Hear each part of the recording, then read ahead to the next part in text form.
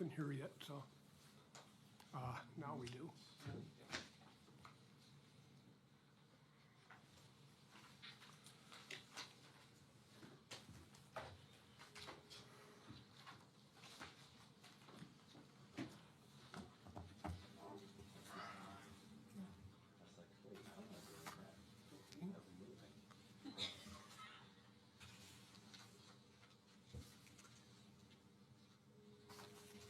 Somebody's moving the camera. No, that's not.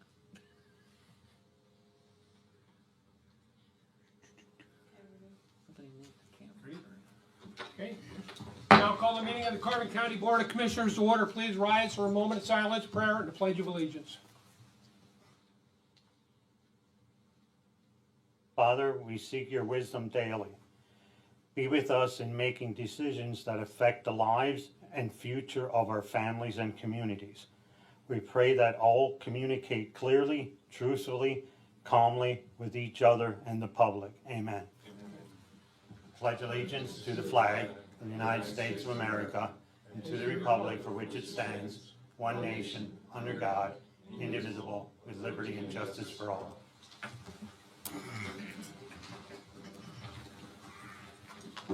These proceedings are being recorded for the sole purpose of constituting the accuracy of written minutes. Tapes are reused, eliminating recorded records of these proceedings. Approval of the minutes of the previous meeting held August 19th, 2021. Motion approved. Second? Mr. Arner? Yes. Mr. Lukasevich? Yes. Mr. Notstein? Yes. Are there any guests concerning county business this time? Hearing none, we'll move on. Next item for adoption, a proclamation, Child Support Enforcement Awareness Month. Motion. Motion approved. Or Second. motion. Second? Mr. Arner? Yes. Mr. Lukasevich? Yes. Mr. Notstein? Yes. What do you need, Wayne? Off, Oh. Are you gonna read this now? Go ahead. Okay. Whereas this year celebrates the 46th anniversary of Title 4D Children Support Enforcement Program. Whereas the Commonwealth of Pennsylvania is committed to children, families, caregivers, ensuring children receive the emotional, financial, and medical support they deserve for their parents. Whereas the county and the state child support professionals give hope and support to the children of the Commonwealth, helping to foster strong family and responsible parenting. Whereas county and state children support professionals demonstrate a high degree of efficiency and a remarkable partnership between the state, local government, and the executive and judicial branch of government. Whereas Title 4D Children's Support Enforcement Program is focused on family first in order to improve the lives of children in Pennsylvania by providing exceptional customer care, establishing programs to assist families, and making child support a reliable source of income. Whereas Pennsylvania distributes $1.2 billion to custodial parents in federal fiscal year 2019 and 2020. Whereas Pennsylvania remains the leader in providing employment and training to non-custodial parents. And whereas Pennsylvania is the national leader in the Title 4D Children's Support Enforcement Program, exceeding all federal performance standards to establish the support orders and paternity, collection of current support and arrears, and cost efficiency. Whereas county and the state child support enforcement workers are an invaluable resource to the Commonwealth of Pennsylvania, dedicated to improve the lives of Pennsylvania children. Thereas the Commission of Carbon County hereby recognizes August 2021 as Children's Support Awareness Month in the County of Carbon, and encourage all citizens to obtain this month with appropriate programs and activities adopted by the Carbon County Board of Commissioners this 26th of August. I think I would just, I don't know who wants to accept this, but Probably Bridget. yeah. Bridget, did you want to come up and, would you like to say a few words when you get up here in front of the camera? You can sit over here. And I'd like just to read this one portion here again. Whereas the county and state child support and enforcement workers are an invaluable resource to the Commonwealth of Pennsylvania and dedicated to improving the lives of Pennsylvania children. Thank you.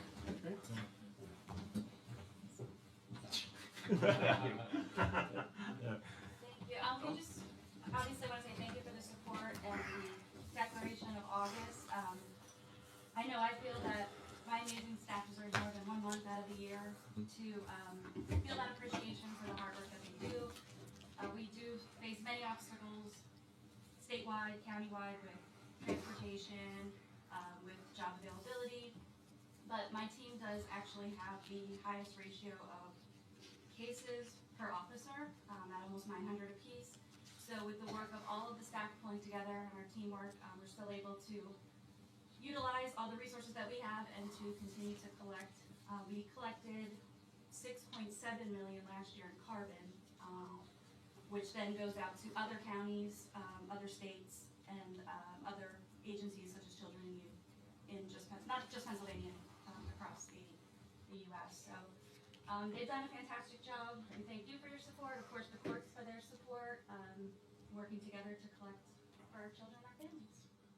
Well, thank you, of course, and we have a lot of great employees in the county, and I didn't even realize that up until now that the caseload per employee is so high, and it says something about our personnel and how busy they are and how hard they work, especially those that were here during the pandemic, and not have those people that are sitting at home on their duff doing nothing but collecting. I can't resist getting that, slam that in there, because there are jobs available, as we all know. But I personally thank you, and the residents of Carbon County really don't have a clue a lot of times what the people in our offices do. The domestic relations doesn't fall directly under the commissioners, other than budget, falls under the court system. It's one of those court offices. So we thank all the employees for everything you do and all your hard work. Appreciated. Bridget, go ahead. I know COVID has been another obstacle, but since I took over, I always wanted to, a lot of other counties actually, have activities or do something maybe for the children in the community during the month, a little bit of us from behind the desk coming out and kind of working with them. So I'm hoping once things settle a little, maybe we can look at something in future years to do during August. Bridget, I think you made a great point about recognition shouldn't be 1 day out of 365. I think we tend to forget that families are the cornerstone of a good community. And I think we need to recognize and appreciate those who contribute to ensuring that families come together, they stay together, or even hybrid families, non-custodial parents and stuff who form new families are integral to our society and our quality of life here. So the assets, the resources, the work you and your staff done is invaluable to the thread that makes us a community here in Carbon County. So thank you for that. Anything? I think I read that over the second time, and I think that's a very good line that was in the proclamation, because I think it states very much what you people do. I mean, and I said, like they said too, they don't recognize what gets done. Even you could say the 365 days a year. It's a job that I think that carries over, and I think you take home with you a lot of times too. So we really do appreciate that. Mr. Armstrong, any comments? Deer in the headlights. I just want to say on behalf of the court, we really appreciate their efforts. They are down the street, sort of out of the flow of the normal court operations. But the two employees here were in court today with Judge Bennett, so I sort of wanted to show short. And like I said, they are sort of down the street, but I certainly don't forget them. And I was thankful for the little celebration they had earlier this week just for the staff, and look to build on it for next year. Thank you, Greg. Does staff members have any comments? Oh, wow. Yeah. Okay, all right, well, thank you. Right, yeah. Come Thank on, you we very gotta much. fill the whole half hour of the Valley Report up. Yeah.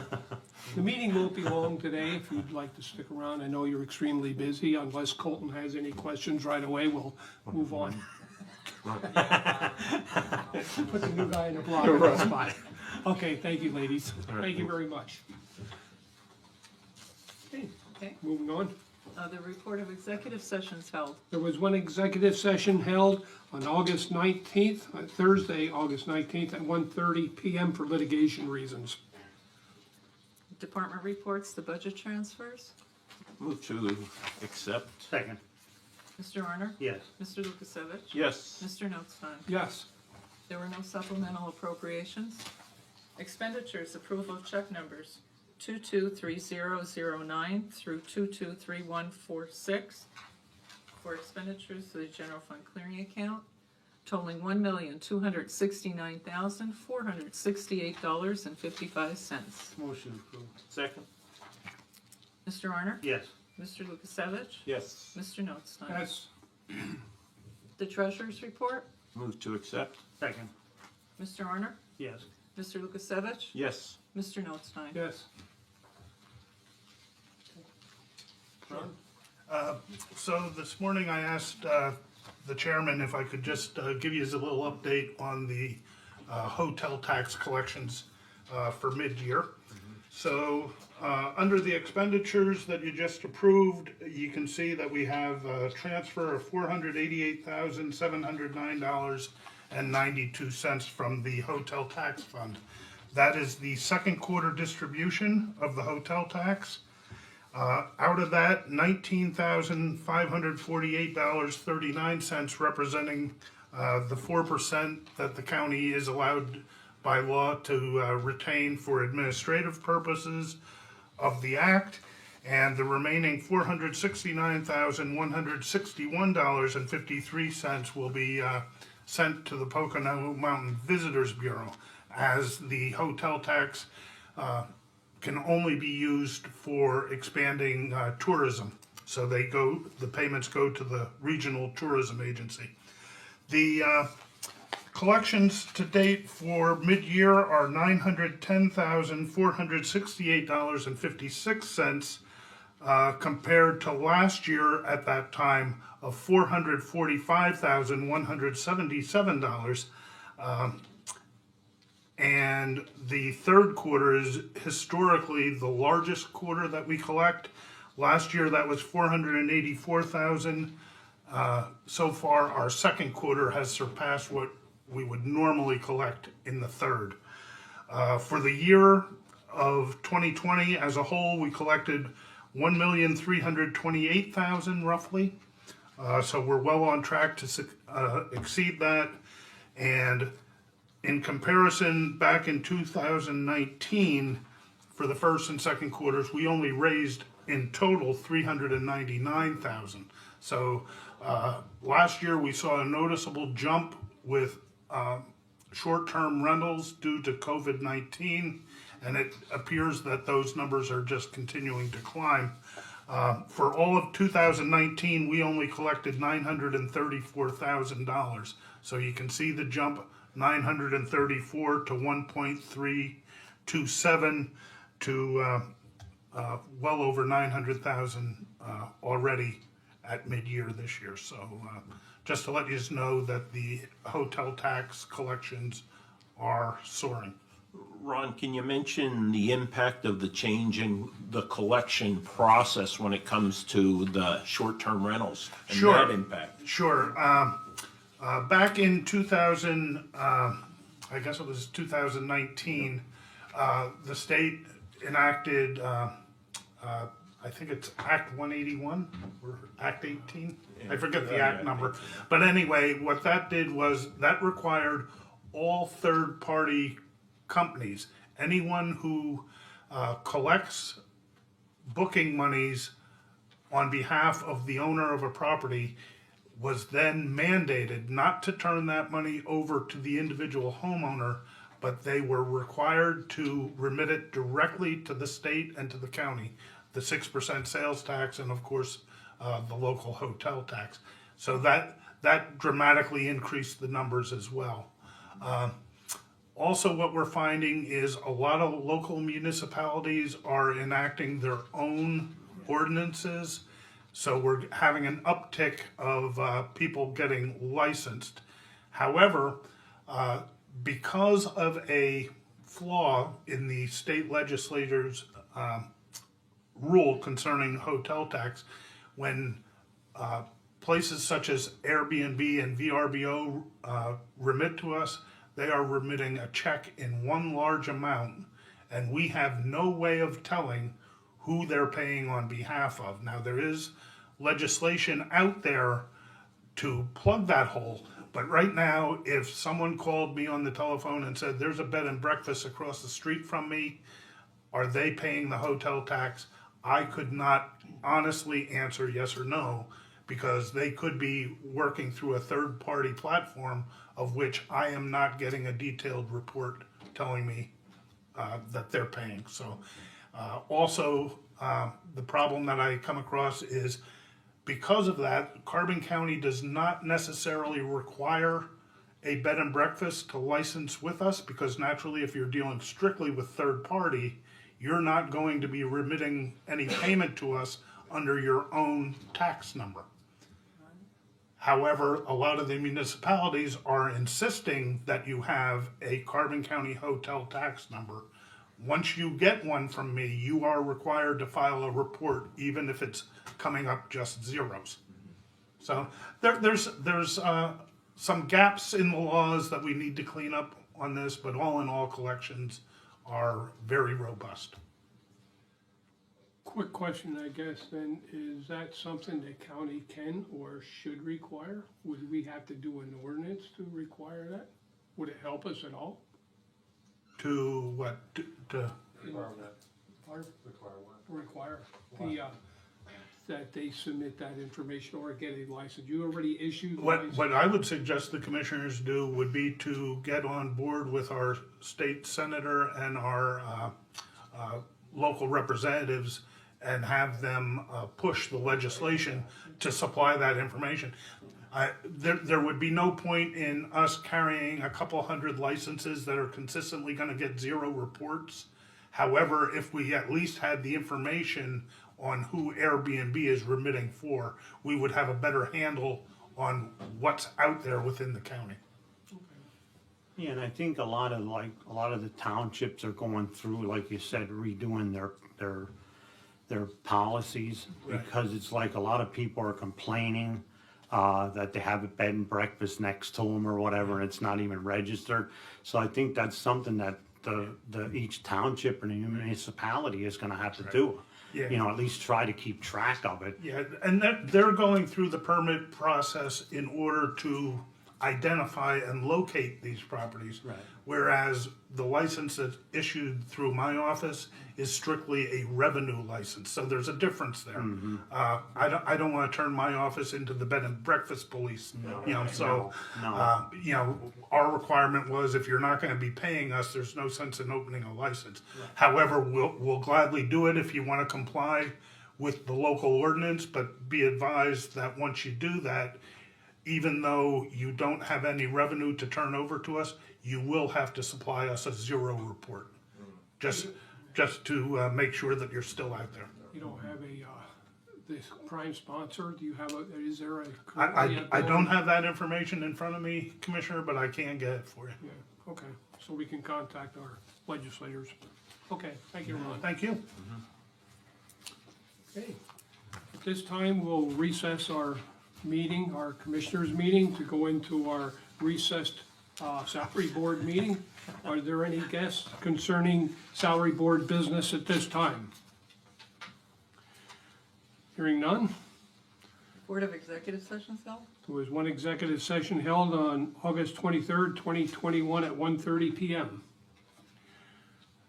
Okay, meeting adjourned, or recess, meeting adjourned. Okay, we'll now reconvene the meeting of the Board of Commissioners.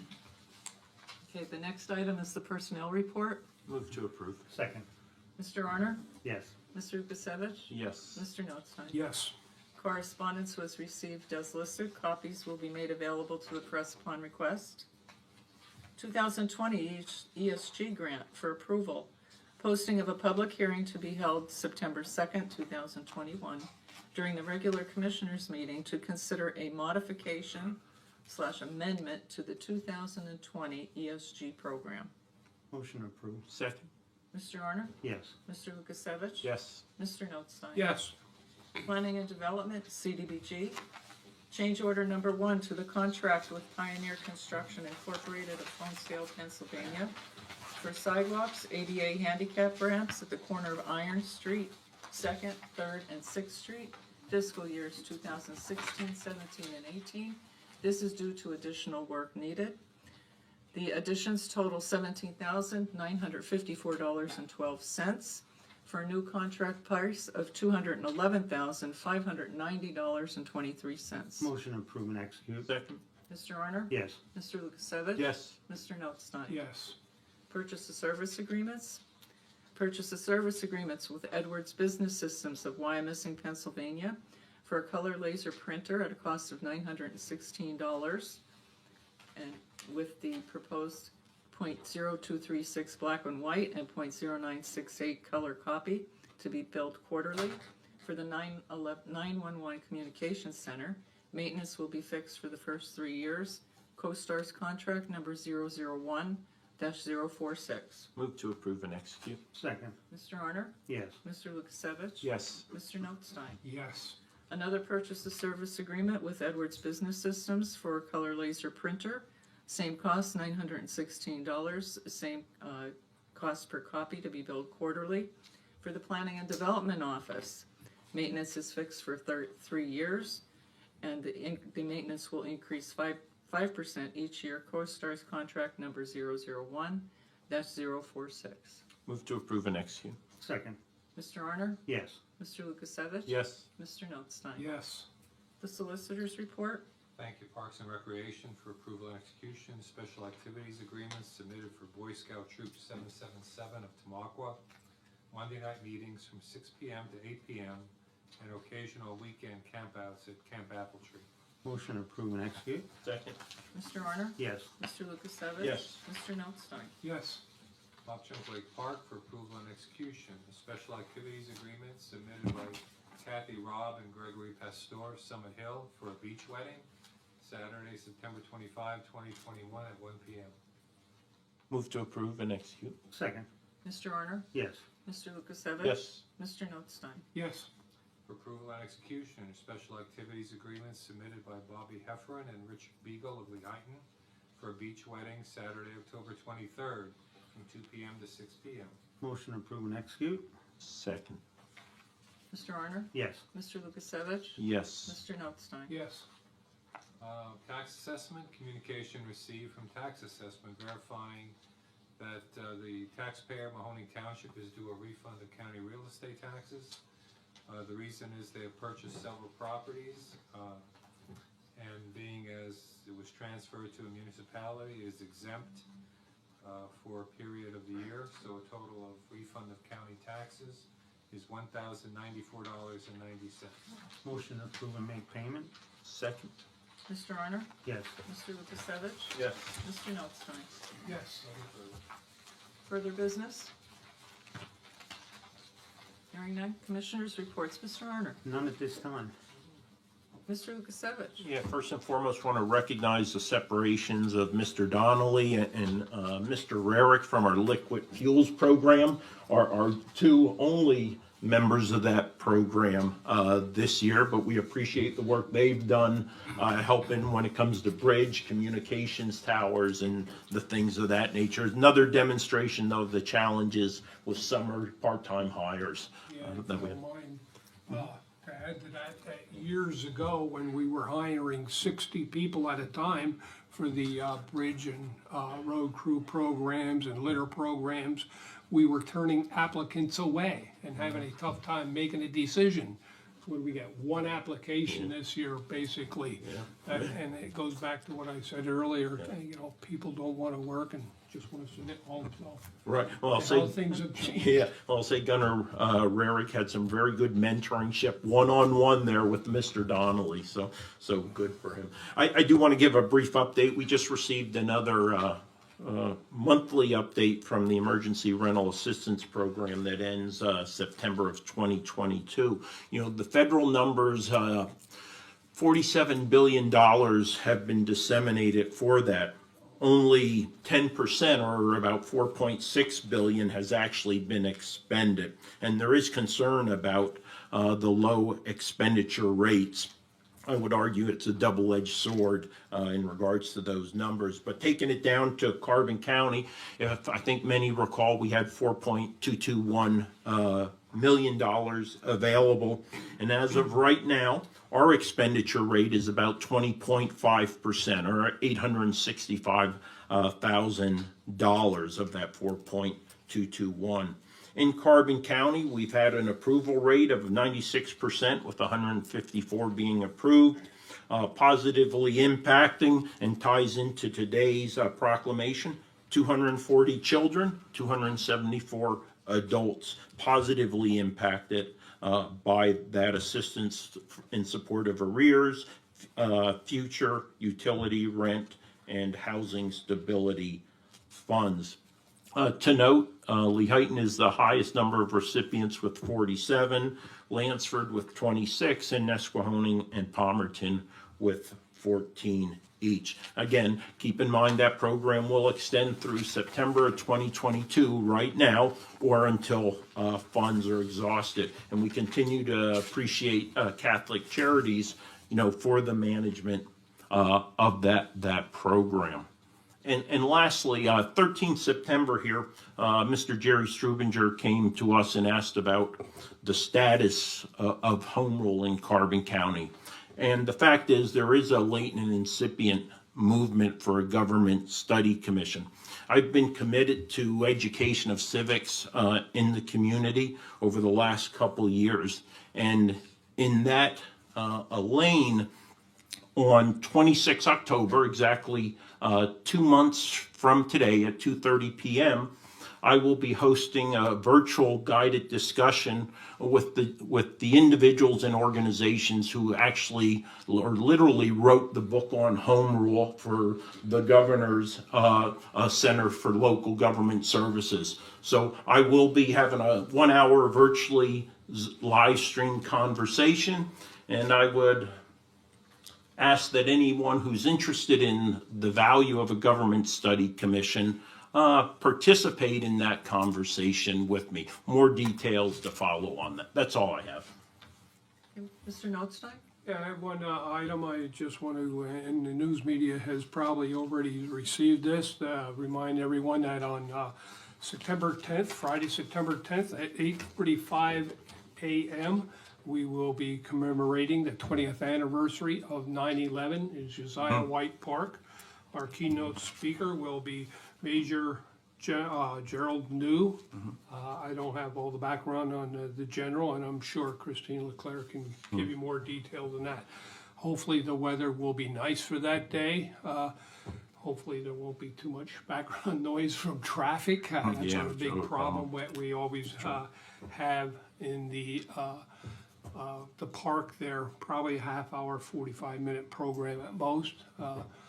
I hope some of our employees can take the time out of their busy schedules to honor those that we have lost that day, the nearly 3,000 people, plus those we have lost since due to illnesses, the first responders, the children of those that were killed that day. Numbers approximately 3,050 children alone that lost a parent.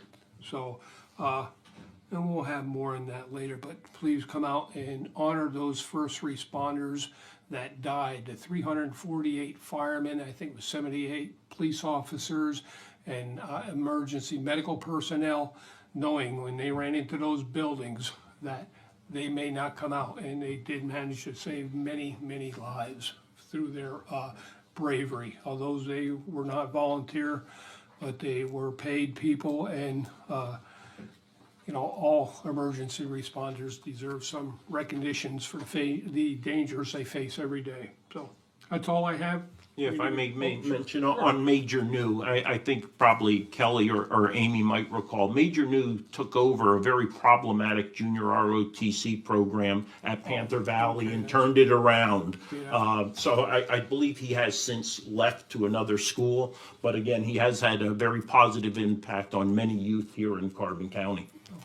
I'm glad you mentioned that, you know, and I think that is a great program that Panther Valley has, and I would sure like to see that in every school district. Yeah, I'd like to see it in the Carbon County Technical Institute. That's one of my, where everyone can benefit from that opportunity. Sure. Yep. Okay, anything else? Meeting adjourned. Colton, we didn't put you to sleep? No, I have two questions actually. Okay, great. This Mr. Donnelly, you said he was the only person that? Well, he was a supervisor. He was a supervisor and he had one employee. Or a school student, I should say, college student. Yeah. Gunner Rarick. Okay. Yes. All right. And then my next question is for Commissioner Lukasevich. You said that meeting is October 26th? At 2:30 p.m. it'll be live streamed. Okay, live On my Facebook page. Okay. And Thank that's you. with DCED's Northeast Regional Office. Okay, thank you. Okay, thank you, Colton. Ryan? Any update on the administration building? No, we're still in the study process. I have the architects, engineers looking at all the facilities there, so. And is there going to be a double lane closure in front of the Susquehanna building? For the It's in September, they're gonna be running a water line, that's the only thing, and what's gonna wind up happening, the water line is across the street, so they're gonna have to close it partially one day, I think, digging that far, and then probably the next day, it's gonna be opening up the other lane, so it's gonna be both lanes. They won't be closed at the same time, but it'll be one at a time. like similar to what they did on the Yeah, last. yeah, and it's probably gonna, and I think they're projecting like, in fact, it's gonna be very shortly. I think it's gonna be like the second week of September, somewhere around there. Amy? Hello, my question is actually for Bridget. Yes. What is your last name, Bridget? Johnston, Johnson? And what is your title? director, Okay. And how many, you said there's 900 cases per person in your staff. How many are on your staff? we have a staff of 12, including myself. The officers themselves have somewhere between 850, 880 cases apiece. There's 2 enforcement officers and then there's 2 establishment officers. Okay, so out of those 4, they each have 800 plus, so, okay. Thank you very much. I'm good then, thank you. Good. Kelly, nothing. Okay. Have a good weekend. But